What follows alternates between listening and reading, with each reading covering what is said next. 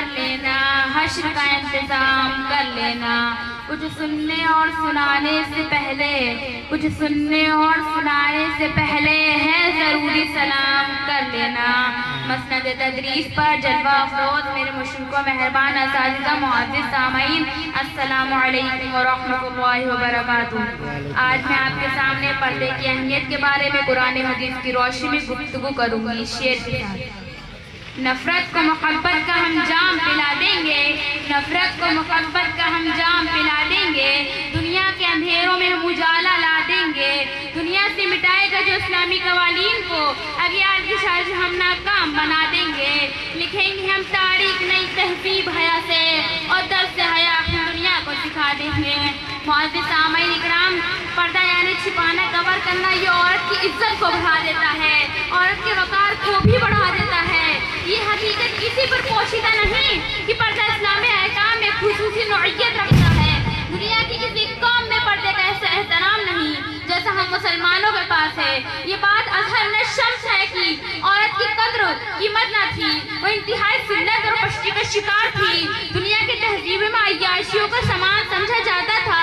یونان ہو یا چین، ہر قوم میں بن کے روئے زمین، ہر خطے میں عورت پر ظلم ستم کے پہاڑ ڈالے جاتے تھے، مگر اللہ کے نظر و کرم سے اللہ کے حبیب محمد مصطفیٰ صلی اللہ علیہ وسلم نے تشریف لا کر اس عورت کو مقام و مرتبہ عطا کیا، اس کو ذلت و پستی کے گھڑے سے نکالا، عزت و حیات کی چادر اڑائی، اور چار دیوار کے اندر سے مکمل امن اور راحت کے شعبان بخشا۔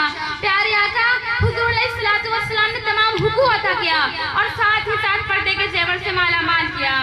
اللہ تبارک و تعالیٰ قرآن مجید میں پردے کے متعلق 7 آیتیں نازل فرمائی، جیسا کہ اللہ تعالیٰ فرماتا ہے وَقَرْنَ فِي بُيُوتِكُنَّ وَلَا تَبَرَّجْنَ تَبَرُّجَ الْجَاهِلِيَّةِ الْأُولَىٰ۔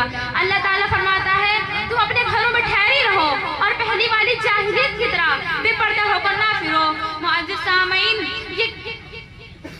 سامعین، پردہ عزت و شرافت کا ضامن ہے۔ عورت کو بھی دین اسلام میں قیمتی زہرے قرار دے کر شرافت و کرامت کو عفت و عظمت جیسی دولت سے سرفراز بنایا، تاکہ غیروں کی بد نگاہی سے اور بد خیالی گرد و غبار سے محفوظ رہے۔ مگر افسوس اس احسان عظیم پر اسلام کا شکر گزار رہنے کے بجائے اکثر خواتین لاپرواہ ہوتی جا رہی ہیں، جیسا کہ سیدہ کائنات حضرت فاطمہ الزہرا رضی اللہ تعالی عنہ سے منقول ہے، حضرت علی رضی اللہ تعالی عنہ سے روایت ہے، فرماتے ہیں میں ایک دن حضور پاک صلی اللہ علیہ وسلم کی خدمت میں حاضر تھا تو آپ صلی اللہ علیہ وسلم نے صحابہ اکرام سے سوال فرمایا کہ عورت کے لیے کیا چیز بہتر ہے۔ صحابہ اکرام نے خاموشی اختیار کی اور کوئی جواب نہیں دیا۔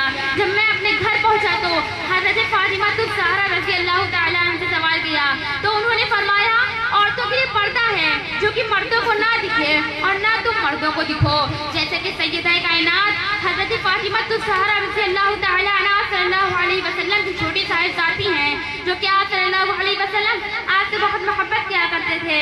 آپ کے پردے کا یہ عالم تھا کہ آپ کی کوئی مثال نہیں۔ حدیث شریف میں آتا ہے کہ جنت کی حوریں جنت کے باغات چھوڑ کر میدان حشر میں جمع ہو کے استقبال کے لیے، حدیث شریف میں آتا ہے جب آپ کو اس راستے سے گزریں گی تو 70,000 حوروں کو جھرمٹ ہوگا۔